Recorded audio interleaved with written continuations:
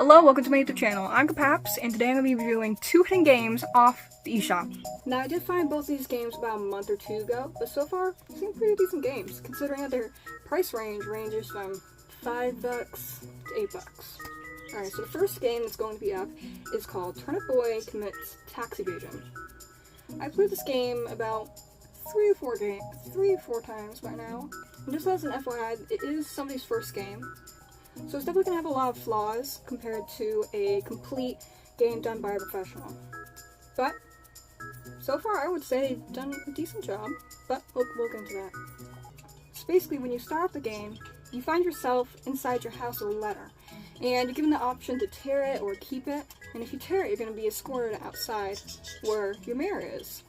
And the mayor will go ahead and give you some sort of conquest to grab something. And there's a lot of creativity when it comes to the different characters and their designs. It's a nice touch how they made all the patches outside the house, different apartment for all the berry foods and vegetable cats. It's so far got a pretty good design to it, and the forest area where you get your sword from is a very, very nice, smooth design to it. And eventually when you equip the sword, you can go ahead and go on to the next area. And this area, I kind of like. I do wish that the characters had more dialogue to them, or just a little bit of something, because they're pretty bland, they talk. However, that's not entirely to say that their baseline dialogue is bad, because it's alright. The barn area is pretty easy to navigate. I do enjoy that they made a little bit of a maze inside the barn. I think it adds a little bit of character to it. It did take me a little bit to figure out the controls, specifically on how to kick the tomato bomb. That took me about 15 minutes. I had to look that up on Google. The instructions and controls for some of the things, when it teaches you how to do that, I find it a little bit difficult to figure out how to do that and where all that stuff is.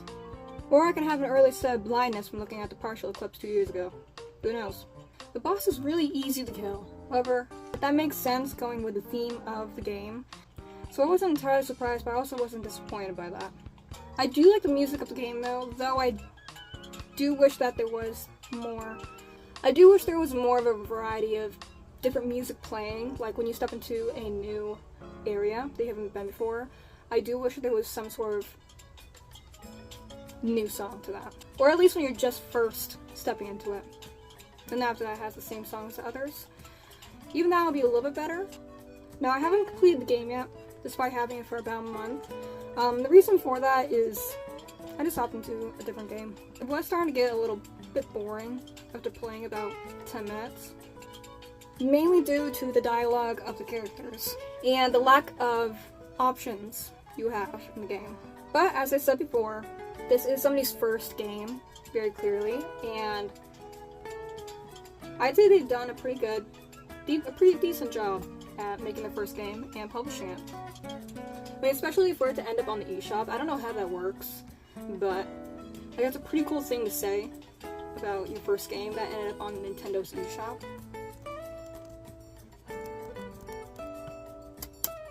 Okay, so when I first got this game, it was on sale for about close to $4, but right now it's on sale for $3.74. Typically, its price is $15, which I believe is too high of a price for the game. But if you get it right now, it's pretty good price right now. So, ultimately, what I would say about the game is, if you are looking for a very easy, not complicated, if you're looking for a pretty easy, not complicated, short story type of game that doesn't have a whole lot of detail into it, then this game is probably good for you then. But yeah, that is the first game, so we'll go on to the second one. Alright, so the second game is called Supermarket Grocery Empire 3D. Now, this game doesn't have very good graphics at all. It has the same texture as those indie horror games that are pretty short, which is something that I really like. Side games, because you don't see it all that often, which makes it kind of unique, so I like that. Now, the game is very straightforward and very easy. It does crash a couple of times. I found a crash on me, I think about 4 or 5 times. But I did play this game for about 2 weeks. It's very clearly got some sort of rhythm to it if you want to play the game correctly. And it does take a while for you to build up your money, but that makes sense because it's a retail shop game. It's gonna take a while.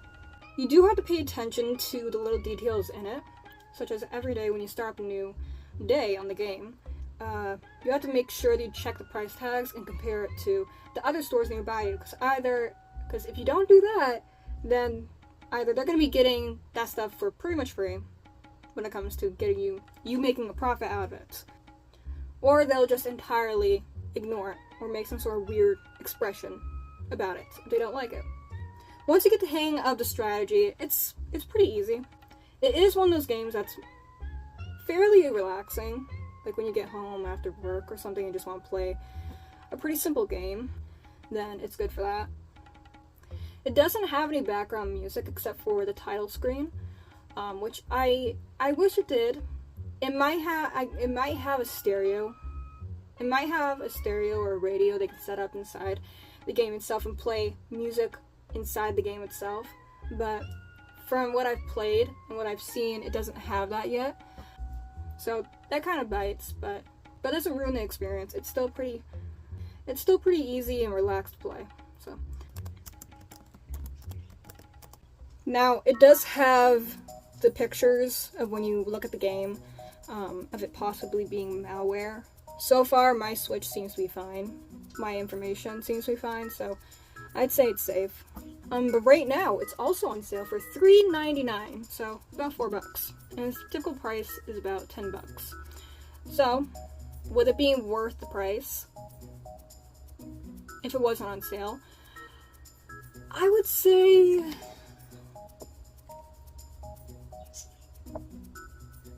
almost. I mean, if you can get by the crashing that it does sometimes, or sometimes it'll freeze the beginning of the day and you have to reset the entire game to actually play it. If you get past those, it's a pretty decent game. So I would say pretty much, yeah, it's worth the price. It's worth the price. So yeah, that's my review on the 2 hidden games on Eshop. If you like this video, go ahead and comment down below if you want to see more of this sort of thing.